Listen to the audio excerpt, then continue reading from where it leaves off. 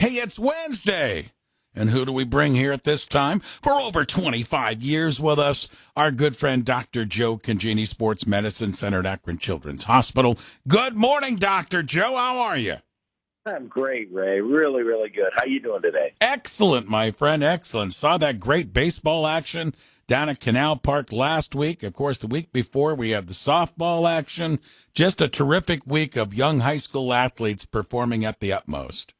Yeah, I missed you at the. I was at one or two of those games. It's right behind my office. I love having those Ohio high school championships in our town, and I think they love being here. So hopefully they're going to sign a longer term contract. I agree with you. Hey, what do you have for us today? You know what, Ray?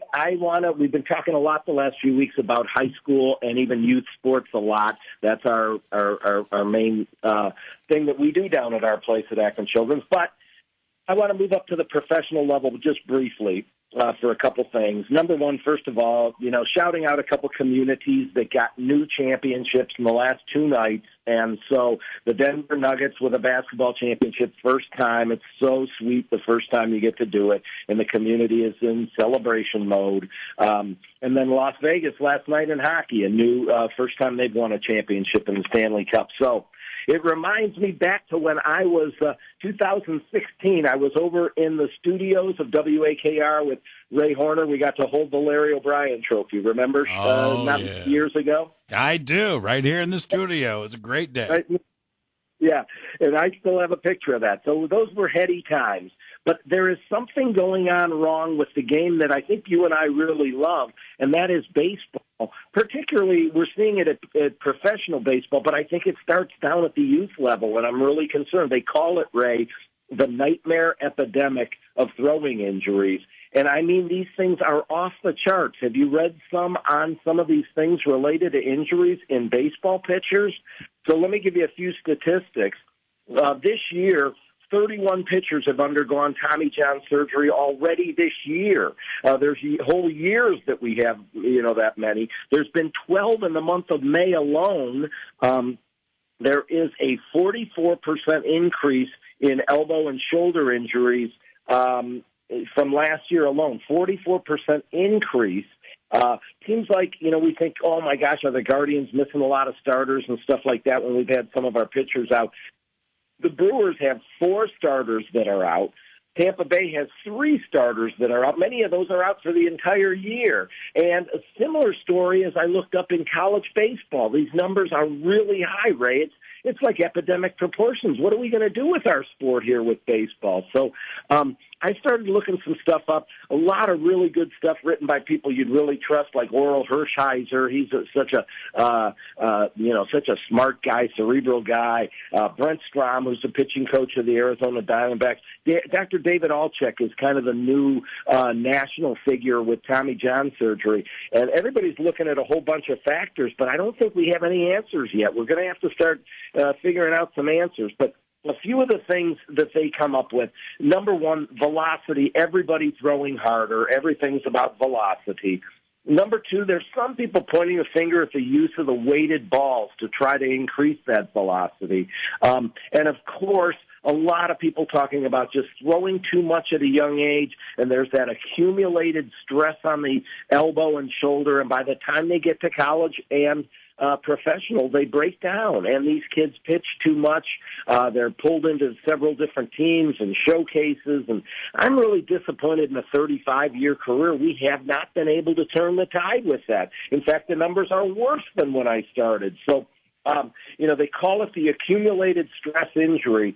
The bottom line is perhaps what some of these people said, throwing is not a natural human movement. They're doing a lot of movement studies to see if they can figure out why this is happening in the last year or two. And obviously by studying the movement patterns, we're not changing things a lot, but at least a lot of study is going on there. Ray, at the professional level, almost no complete games anymore. But another thing is startling is the number of pitches that starters pitch keeps going down.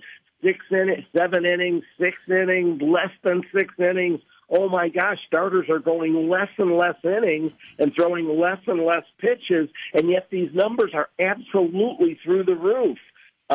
they throw every pitch at kind of a maximum effort, highest level throw. Tito talks about high leverage pitching of his late relievers.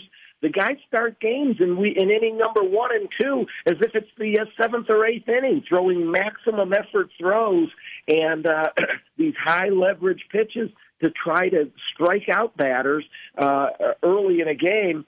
Many teams have gone to 6-man rotations, and starting pitchers are throwing less and less innings, and yet we are having more and more injuries. 98% of pitchers on the IL at some time in the last year. Oh, my gosh, Ray, what of a baseball man like you, what are some of your thoughts about the fact of this epidemic of throwing injuries that's occurring at the college and pro level, but a lot of it they're feeling is starting at the high school and youth level? Yeah. You've been watching baseball for a long time. What are some of your thoughts, Ray? Joe, I think it starts right with the youth and that travel ball experience where these kids are now finding themselves throwing almost 12 months a year. And I think that's where it starts and ends. And I think a lot of these travel ball teams have these kids throwing throughout the winter and then into the spring with their baseball team. And then summer starts, they do tryouts, they play fall ball and into the winter again.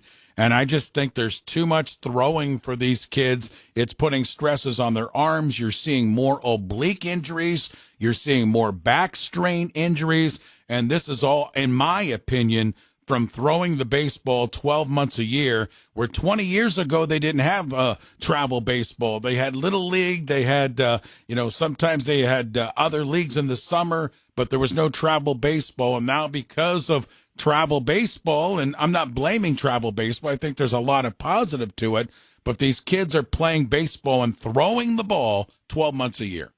Yeah, there are these showcases and other things they're talking about. But didn't we have, in my mind's eye, I'm thinking, pitchers who would be out there that would be throwing and make it look like they were throwing really pretty easy and just working around with command of the strike zone, and that velocity wasn't so important on every single pitch. Now, don't these pitchers look like they're just violently throwing every pitch with absolutely everything they have? And that's what a lot of these experts are pointing to. So we'll have to watch it closely. We will. We'll keep you updated. But the numbers for this year are really, really concerning. Yeah, and by the time these kids, Joe, as you mentioned, they get into high school and they get into college, they've thrown so many more balls than the kids of 20 years ago, and then you get into the routines of being a pro, and you can see the ripple effect. And the other thing, Joe, I think that you pointed out is every team is looking for that power arm now. All these bullpens are power arms, 90-plus miles per hour. The pitcher of years gone by, where he would spot the ball and change it up, has almost disappeared. It's now the era of the power pitcher. Yeah, it took me by surprise. I watching a lot of baseball, watching the Guardians, is I did notice this. So the early innings even now look like the later innings. Is the people coming in, they're throwing power pitches and trying to strike people out right from the beginning of the game with full maximum effort throws. So it's something we have to keep an eye on, and we'll do our part as we can in sports medicine to come up with some answers. It may just be that throwing is not a natural human movement, and we're going to try to do what we can to protect these young pitchers. Great stuff this morning, my friend. Thank you for the time to visit the education, and we'll reconnect next week. Sounds great. Thanks, Ray, for everything. Have a great week. You too, my friend. Dr. Joe Congini, Sports Medicine Center, Akron Children's Hospital, with us at 93.5, 1590 WAKR.